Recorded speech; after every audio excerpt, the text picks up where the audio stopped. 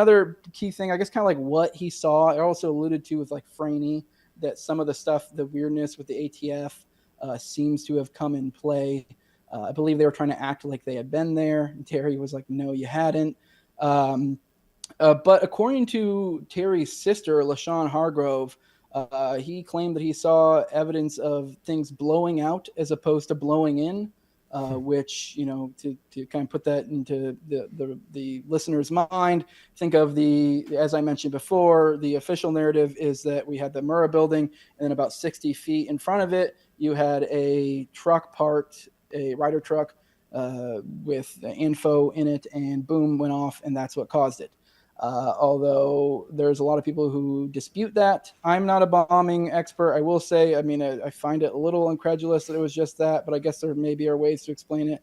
But according to, LaShawn, Terry said that he saw it blowing out. Because obviously if you have something coming from the outside, an explosion that way, it will blow in. So a blowing out would indicate bombs in the building of some sort, something along those lines, which there were actually claims of Bruce Schaub and Jane Graham actually claimed to have seen people what looked like, if you read their FBI reports, it looks like that they were saying people had like wires and like almost putty stuff. They didn't say explosives because they didn't know what they were seeing. But if you listen to what they're describing, two separate people that were making those claims that in the parking garage they were seeing people setting up stuff like that.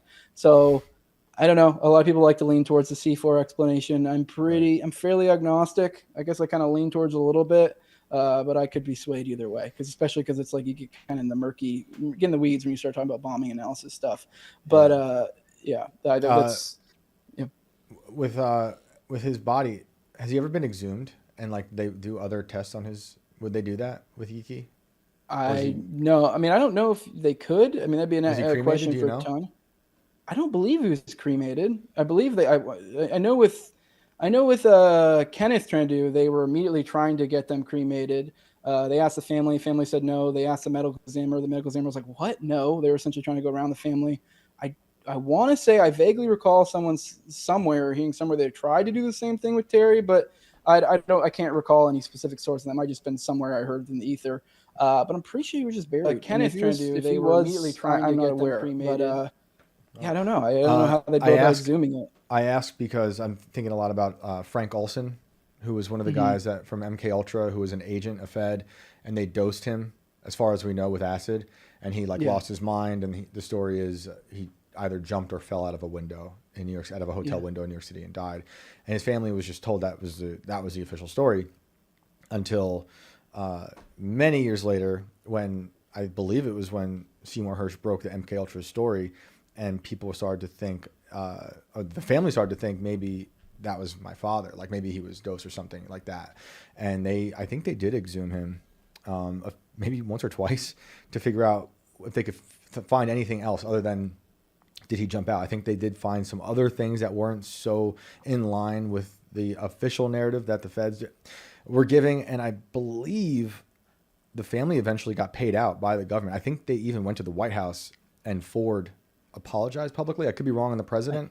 That sounds familiar. I think it was Ford. It was a big deal. Like, hey, here's a lot of money. Yeah. We're done, right? We're done. We don't want to talk about this anymore, because it was a pretty crazy story that a federal agent was dosed with acid and then went crazy and jumped out of a window or fell out. But that's why I asked with Iki. It'd be interesting. Yeah. Obviously, this stuff's really tough, and some people get cremated, and because there's also the idea that I'll have to ask Tanya about. Sorry, I didn't mean to cut you off. No, it's all good. I'm curious. It's not like a very easy thing to do. Yeah, I'll have to talk to Tanya, because I don't know if maybe she never even considered it, because she may have been barred from being able to before, because there was a whole, and you can read about this in Bert's article that's part of it. There was kind of a whole thing. This was some of the newer information that came to light from this one, because she hadn't given an interview in like well over 20 years.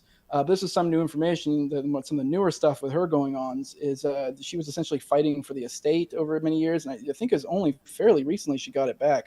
So obviously, not having the access to it before, that would probably exclude her from having any sort of ability to exhume Terry. But now that's the case, that may not be. I don't know. Obviously, a lot of the signs will probably be gone.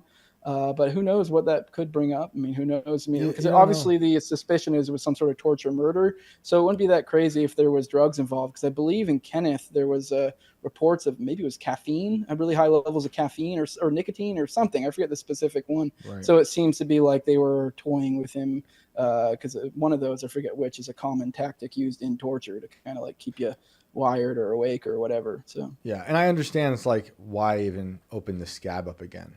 yeah. But these things are treacherous, and the Frank Olson thing, they exhumed him many years afterwards. I believe they did find certain things that weren't like in line with the official story that they were given, but unfortunately, that's the way to try to get to the bottom of these situations. You know, it's really crazy that how this man died, and like I don't buy that official story at all.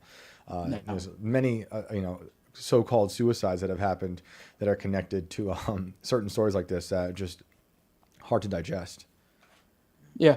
I mean, we don't have, I don't know. I mean, I don't know if we have time to go into it, but probably not. But I mean, as I've alluded to multiple times with Trinity's story, there was 3 people, or not Kenneth Trinity, that brother, not the one who lived and then kind of fought the legal battle, but Kenneth Trinity, he had like 3 people at least die around him in that case. There was 2 individuals who claimed they heard screaming coming from his cell, or sounds that sound like a struggle along those lines. And those guys both ended up dead. One of a suicide, one of an OD, and both those guys died. One of which had made complaints to because he started getting harassed. But Alvin Gillis Baker, I believe, is that one's name. The one who ended up dying of hanging. He had made complaints to the staff and stuff. They've been having issues, and apparently, according to, I believe this is through Jesse's claim, they were just kind of like, well, I guess maybe you should just kind of drop this kind of deal. And Wow. and then he ended up dead shortly after. There also was an expert videographer that Jesse talked to that had been contacted by the FBI the FBI came to him to have them look over the video records essentially. And I guess to get his expert opinion on if there was any other way other than manual override or whatever the term is I'm looking for, essentially manually doing it. If there was any other way for these tapes to disappear, because this was with Kenneth's death, he was in a federal transfer center and they should have been able to see everything. But lo and behold, those tapes magically disappeared.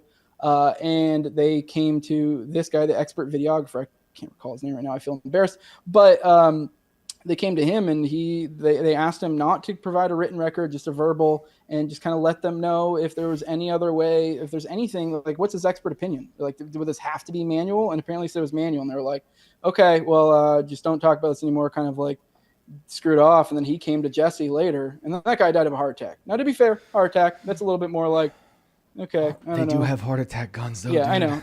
That's when they bring out the gun. And you're like, all right, we got to be a little less suspicious. And that's the problem, is like the more and more you look into these things, you could drive yourself crazy. Like Yes. when these sort of events happen, we haven't had an Oklahoma City bombing type of event, but we have had crazy mass shootings. Is it hard for you to suppress any feelings about what you've learned from Oklahoma when you see other things? Or are you constantly like, that could be this? But you're suppressing it or not suppressing it at all. Oh, or like, am I immediately like, whoa, what's going on here? Yes. Like, I mean, but I don't necessarily think that's a bad thing. I mean, you're just not accepting reality as it's presented to you. Yeah. Or they want you to see it, because it's not always the case. Like, so, and that doesn't mean, I do think you got to kind of keep your head on a little bit and not immediately think everything is something. But at the end of the day, you'll start picking up these patterns. You'll start noticing things, and you'll start to be like, whoa, that's weird. Mm-hmm. Why was that one mass shooter in Maine talking about hearing voices? Whoa, I'm starting to notice patterns here between other shooters. What is going on? MK Ultra, they have did again. Now, do they have the ability to dig into your? They claim to have the ability to be able to talk in different frequencies into your brain. They've made those claims. I don't know.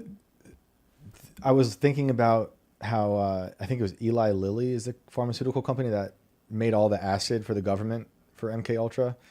And speaking of the mass shooter in Maine, who was seemingly insane and probably on SSRIs, like most of them are, the people who invented Prozac, SSRIs, are also Eli Lilly. It's interesting to me. We got to be very careful. Keeps you up at night. Well, yeah. What's up? What are you gonna say? I was just thinking about it. Made me think of something from earlier. You were talking about fear ritual, and we've Mm-hmm. kind of touched on MK Ultra a little bit here, so I think it makes sense to kind of go into it. Mm-hmm. And also, sorry, I can't think. I couldn't even think We of were your talking about co-host name for a SSRIs, second. MK Oh, Ultra. you were talking about how she kind of doubted. God, this is going to drive me nuts. But she kind of, You're speaking too much. yeah, It's too much she kind truth. of, she seems to, be a little bit skeptical about this sort of stuff.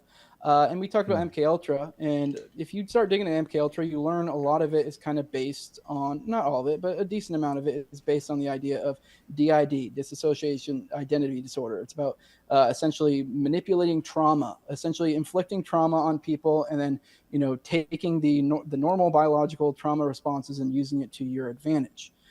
And essentially, that's just a micro version of what false flags are, if you really Yes. think about it. So once you extrapolate that concept outward and build upon it, it just kind of like, it's like of course, of course they've taken these principles and applied them on the big stage. Although I feel like they probably were already doing that well before, Mm-hmm. but now they have a little bit more of the research behind it, a little bit more of a fine tooth, idea of how this works. So I think it's a similar thing. I mean, when you're inflicting a 9/11 or an Oklahoma City bombing or whatever mass event or January 6th even on the people, Yep. like what effect does that have to certain people that are susceptible to it, and what does that do? And it's the same kind of idea on a micro level with things like insane, individual, trauma done to people. I gotta say, you probably should get Nick Bryan on Okay. the show one of these days. Maybe that'll change your mind. Yeah. Yeah. So, because once you start digging into that and once you start getting into the intel connections, and it seems to be the lines get blurred between these rings and MK Ultra, and then even then, if you go even deeper into things like Satanism. So, Oh yeah. Well, yeah, satanic we're gonna ritual have abuse. we're gonna have BX on soon, and Oh, I yeah. know she knows about some satanic cults. I mean, how many people died in the Oklahoma City bombing? oh, 100, over 100? 160 something. That's like 168. 168. I 169, just I think, if you count the leg. Because there's like a whole thing about a leg, I believe. That was just like, what's leg. this leg come from? But, yeah, Random there was leg? like an extra leg. Right. Yep. There's a whole people have written tons of articles on the leg. So it's been bizarre. covered quite a bit. they couldn't match it to a body. Yes, they couldn't match it to a body. So that's I also a lot want of to people. say A lot of people try to think that. A lot of people say that might have been like John Doe 2, and that like essentially a bunch of its body got like eviscerated, and that's why we don't see it. But I don't know. before we go to callers, I also want to say, like, I don't think that maybe every one of these atrocities are all perpetrated by some crazy conspiracy. However, when I talk about fear rituals, I think that the government takes advantage of them, whether they did it or not. They're That is more like likely to me because I'm like, Yeah. okay, you want to, kidnap a mayor or, maybe like a couple people get shot, but like you're talking 168 people, including children. I mean, that just seems. Yep. But when you look at Northwoods, I mean, they were willing to do those type of numbers. Yeah. Like they were Yeah. willing to take down planes, do mass shootings. Yeah. So And- it's like when you know that, it's unfortunate that you kind of have to apply that to other events. And they did do it repeatedly in Italy. South America, Vietnam, and in Gladio. Gladio was connected to the CIA. There were CIA connections. It wasn't just like UN stuff, or like Europe stuff. So we were involved in that as well. So they have been doing it. It's just a matter of like, at what point are you really going to be like, oh, well, they really just have this one sticking point of not the U.S. Right. I don't know. I mean, I feel like at a certain point, I think people start to be like, well, that's a little bit naive. Right. I'm not trying to be meaner, but like, yeah, it's just kind of like, why wouldn't they? Why And wouldn't they? they could also know about things prior and just let it happen, which Yep. we see happening today around the world. We see possibly with 9/11, like they knew certain things and they just decided not to. So yeah, it's good for people to know these things, I think, and think about them and just be aware, because they use this as the fear rituals are a tool of manipulation to make you bend the knee to whatever reality they want you to support their wars, to give more money, to vote for they want to vote for, and just to keep you in line, right? They like everyone being afraid of everything, being afraid of your neighbor, being afraid of your, people overseas, anybody. They love the fear, and it changes constantly. Well, I'd like the ritual to be more like, bring us all together. There's not a lot of money in that. There could be There could be. patriotism. I don't know. Yeah, I know. Sell more flags. 9/11 did sell a lot of flags. Exactly. We Bring got to back abolish the the state flag first, is a and then we'll good get thing. there. There we go. There. That's a whole other conversation for another day. Jose, where can you so people much. find you? Where can they watch your videos on this? I have a whole. If you check me out on YouTube, it's a lot easier if you want to check out my series. I tend to do a lot of series lately, and if you go to YouTube, there's that playlist function. You can check that out. Although I would like a lot of you guys to go to Rumble because I do touch on some sussy stuff sometimes, and I don't know how long I meant for YouTube, but just for the convenience of finding my stuff in one easy location together, because I did something in the realm of almost 20 hours of Oklahoma City bombing content that was kind of like meant to be a series together. So that's probably the best place to find it.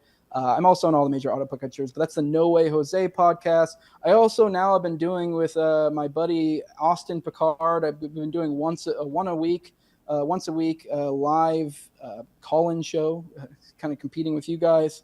You did it before us. Yeah, we've been just talking about kind of so we're just kind of covering parapolitics, a lot of stuff in this kind of realm, and just kind of shooting the bull, get a guest on every now and then.